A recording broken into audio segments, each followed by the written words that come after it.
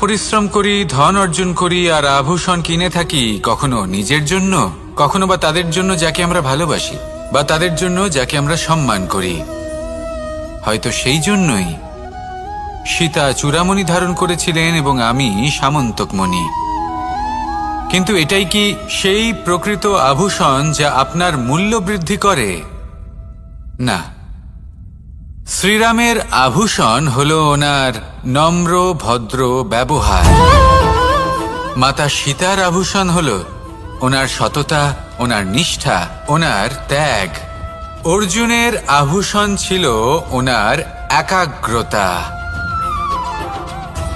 রাধার আভূষণ ওনার প্রেম। এই আভূষণ কোথাও নেই, আপনার মনে আছে। যদি আপনার মনে মিষ্টতা থাকে, তা শান্ত হয়, তাতে সততা থাকে, নিষ্ঠা থাকে এবং প্রেম থাকে, তাহলে আপনার অন্য আর কোনো আভূষণের কোনো প্রয়োজন নেই।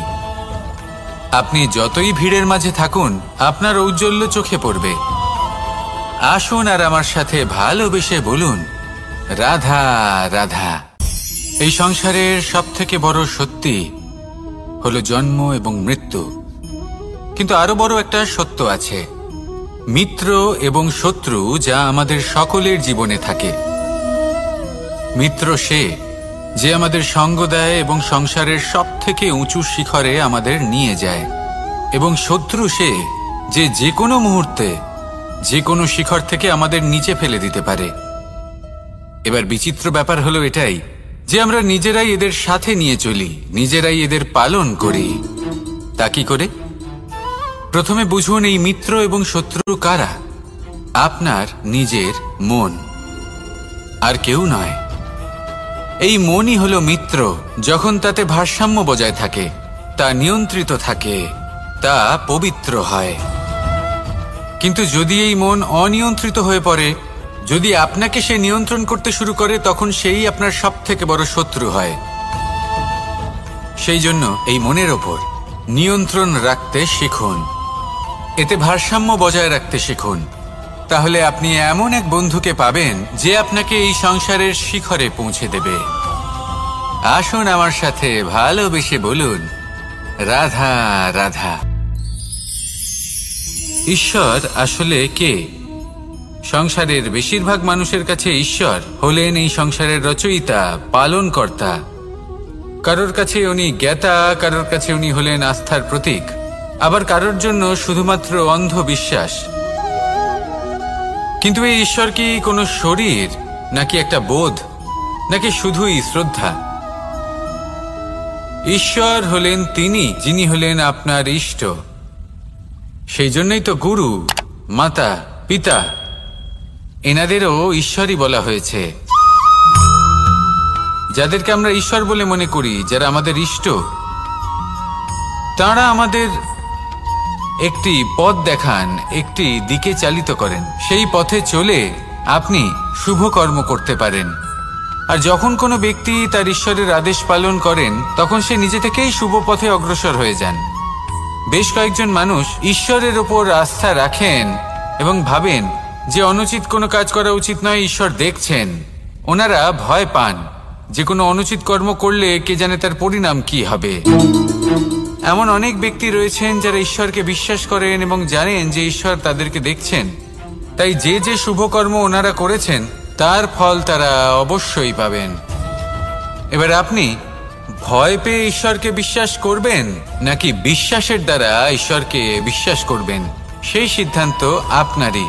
কিন্তু হ্যাঁ, যদি আপনার মনে ঈশ্বরের জন্য কোনো স্থান থাকে, যদি আপনার কোনো ইষ্ট থাকেন, যদি আপনি কাউকে ঈশ্বর মনে করেন, যার প্রত্যেক আদেশ আপনি পালন করে থাকেন, তাহলে বলি, ঈশ্বর কখনো আপনাকে অনুচিত পথে চালিত করবেন না। আসুন আমার সাথে ভালোবেসে বলুন, রাধা রাধা। এই সংসারে ভিন্ন ভিন্ন ধরনের গাছ আছে, অসংখ্য ধরনের প্রজাতি আছে। কিছু গাছ পাতা দিয়ে থাকে, কিছু ফুল, কিছু ফল। কেউ ছায়া প্রদান করে, কেউ শীতলতা প্রদান করে, কেউ নিজেকে খুব কষ্ট দিয়ে এই সংসারের বিকাশে সহায়ক হয়ে ওঠে। কিন্তু এই সবার মধ্যে একটা বিষয় কিন্তু সমান, এরা প্রত্যেকেই পাতা ছাড়া, ফুল ছাড়া, ফল ছাড়া জীবিত থাকতেই পারে, কিন্তু কোনো বৃক্ষই শিকড় ছাড়া বেঁচে থাকতেই পারে না। এটাই হলো রাধার। ঠিক সেইভাবেই আমাদের জীবনে শক্তি হোক, ধন হোক বা সাফল্য হোক, আমাদের বা আমাদের পরিবারের প্রসন্নতাই হোক, এই সব কিছুর আধার হলো, সবকিছুর মূল হলো পরিশ্রম। তাই জীবনে চিরকাল পরিশ্রম করতে থাকুন। যদি আপনি জীবনে মহান হবার পথে অগ্রসর হতে চান, তাহলে পরিশ্রম করুন। এই পরিশ্রম দ্বারাই নিজের পরিবারকে প্রসন্ন করুন, নিজের বন্ধুদের প্রসন্ন করুন, এই সমাজকে গর্বিত করুন। আসুন আমার সাথে ভালোবেসে বলুন, রাধা রাধা। এই সংসারের সব থেকে বড় রোগ কোনটা? কেউ বলবে মানসিক রোগ, কেউ বলবে সেই রোগ যা সর্পদংশনের ফলে হয়ে থাকে। এই সংসারে ভিন্ন ভিন্ন ধরনের রোগ আছে এবং তার সাথে ভিন্ন ভিন্ন ধরনের যন্ত্রণাও রয়েছে।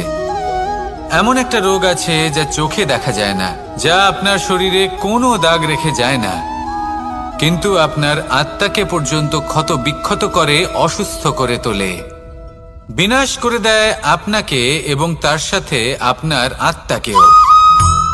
এই অসুখের নাম হলো লালসা।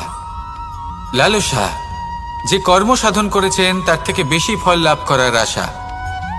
লালসা, যা আজ আছে তার থেকে অনেক বেশি লাভ করার ইচ্ছে। এই ইচ্ছে এই সংসারে সবার থেকে এগিয়ে থাকার আপনাকে প্রেরণা যোগাবে, কিন্তু তার জন্য আপনাকে অপরাধযোগ্য কাজ করতে উৎসাহিত করবে।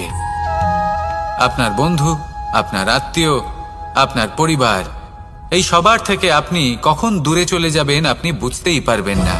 উচিত অনুচিত কোনটা, ধর্ম অধর্ম কোনটা, সব ভুলে যাবেন আপনি। সেই জন্য মনে রাখবেন, নিজের জীবনে যদি আপনি লালসার থেকে নিজেকে দূরে রাখতে পারেন, তাহলে এর অর্থ হলো যে আপনি এই সংসারের সব থেকে বড় অসুখের ওপর বিজয় লাভ করেছেন।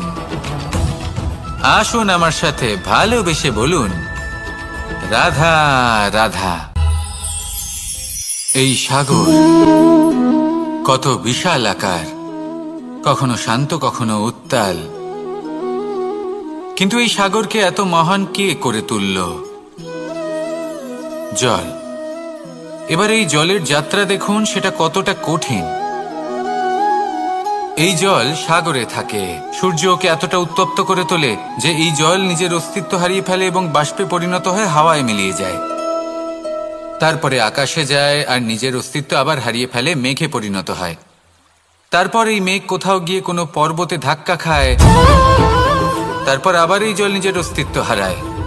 তারপরে বর্ষার রূপ ধারণ করে তা বর্ষিত হয়, বা কোনো পর্বতের চূড়ায় তার শিখরে বরফের রূপ ধারণ করে। তারপরে এই বর্ষা মাটির দিকে নিজের যাত্রা শুরু করে। এবার মাটিতে ঝরে পড়া এই বর্ষা স্রোতের আকার ধারণ করে এবং আস্তে আস্তে বইতে থাকে। এই নদীর আকার ধারণ করে এবং নদী রূপে বইতে বইতে পাথরে ধাক্কা খায় বা কোনো পর্বতে ধাক্কা খায়, আর তারপর এই নদী এসে সাগরে সমাহিত হয়ে যায়। নদীর এই জল আবারও নিজের অস্তিত্ব হারিয়ে ফেলে, কিন্তু এইবার সেই জল নিজেই সাগরে পরিণত হয়।